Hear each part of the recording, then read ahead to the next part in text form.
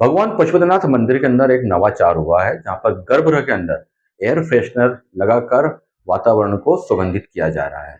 वैसे भी मंदिर हो, चाहे सनातनी कोई भी कार्य हो, वहाँ पर सुगंध का एक विशेष महत्व होता है, क्योंकि सुगंध और आत्मा दोनों ही दिखाई नहीं देते हैं, मगर उनका व्यापक प्रभाव होता है। सुगंध को धार्मिक कार्यों के लिए खास तौर पर उपयुक्त माना जाता है। विभिन्न प्रकार की सुगंधों का यहाँ पर उपयोग किया जाता है। आइए मंदिर परिसर में हम आपको लेकर चलते हैं और जानते हैं कि किस प्रकार से यहाँ पर सुगंधित एयर फ्रेशनर लगाए गए हैं। तो इस प्रकार आपने देखा होगा कि जो यहाँ पर सुगंध फैला रखी है वो मस्तिष्क और मन पर जाकर एक अलौकिक प्रभाव छोड़ती है। यहाँ पर कुछ श्रद्धालु, कुछ भक्त भी आए हुए हैं। उनसे पूछते हैं, जो मंदिर गर्भगृह के अंदर सुगंधित माहौल आपने देखा, जो वातावरण देखा, कैसा लगा और क्या अनुभव करते हैं?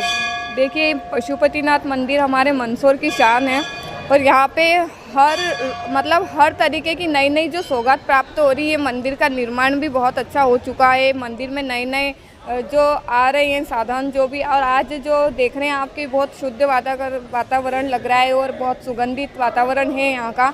तो इससे ये अनुभव होता है कि धीरे धीरे हमारे मंदसौर की शान, आन बान शान का एक अलग ही स्वरूप लोगों के सामने आ रहा है, जिससे कि बहुत जल्द यहाँ लगता है कि पर्यटक भी होंगे और कई देशों से विदेशों से यहाँ पे पर्यटक आना जाना भी करने लगेंगे। तो बहुत ही अच्छी सौगात है और हम तो यही चाहते हैं कि पशुपतिनाथ हमारी आन बान शान मंदसौर की ऐसा ही रहे और आगे प्रगति करता रहे।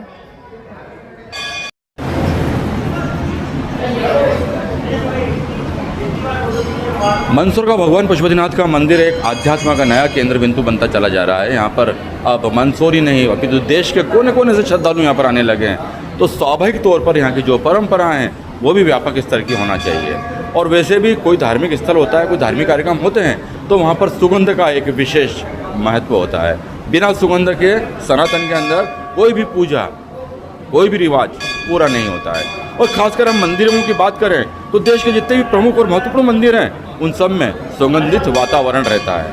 सुगंधित वातावरण मन और मस्तिष्क को एकाकार कर देता है और आदमी आध्यात्म की ओर झुकता चला जाता है। भगवान पशुपतिनाथ मंदिर में भी इन दिनों एक लगे हुए एयर फ्रेशनर की काफ़ी चर्चा है।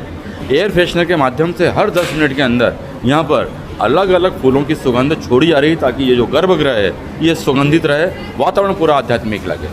आज यहाँ पर मोगरे की खुशबू छोड़ी गई है, जिससे पूरा परिसर यहाँ पर मोगरे की खुशबू से सुगंधित है। आप देख पा रहे होंगे सामने की दीवार पर लगा हुआ है वो एयर फ्रेशनर,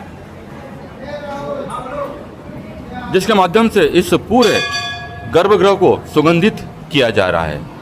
भविष्य में और भी यहाँ पर एयर फ्रेशनर लगने की संभावनाएं बताई जा रही हैं, मगर फिलहाल जो एक एयर फ्रेशनर लगा है ये पूरे गर्भगृह को सुगंधित कर रहा है। यहाँ पर आने वाले भक्त इस अनोखी सुगंध से अभिभूत हो जाते हैं। बड़ी संख्या में श्रद्धालु यहाँ पर आने लगे हैं। आप देख पा रहे हैं कि यहाँ पर बड़े संख्या में श्रद्धालु आ रहे हैं, दर्शन कर रहे हैं और अघोषित तौर पर इस खुशबू का आनंद भी ले रहे हैं। आइए इस बारे में हम बात करते हैं यहाँ के मुख्य पुजारी। आप बताएं हमें, इस खुशबू का हमारे आध्यात्म में, हमारे सनातन में क्या महत्व है?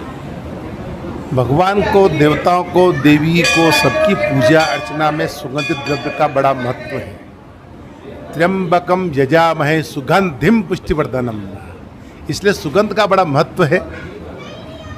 इसलिए भगवान पशुपतिनाथ में प्रबंध समिति की ओर से सुगंधित इस प्रकार की एक मशीन आती है, जिसमें से कई प्रकार की सुगंध निकलती है। उसमें एक मोगरे की सुगंध भी आ रही है। इस प्रकार की अन्य प्रकार की इसमें सुगंध निकलती रहती है, जो भगवान से लेकर के आने वाले समस्त दर्शनार्थियों से लेकर के सबक को सुगंध का एहसास होता है और लगता है कि अपन भगवान के मंदिर पहुंच गए हैं और आज बड़ा सुगंध के द्वारा भगवान पशुपतिनाथ की कृपा हो रही है। ऐसे ही दर्शनार्थियों से लेकर के सबकी मनोकामना भगवान पशुपतिनाथ पूर्ण करें। आने वाले सभी दर्शनार्थियों की पुरुषोत्तम मास में बड़ा भगवान का महत्व होता है। इसमें पूजा करने की बड़ा महत्व होता है। इसमें इस प्रकार की सुगंधित मशीन लगाने से दर्शनार्थियों सबको प्रसन्नता होती है।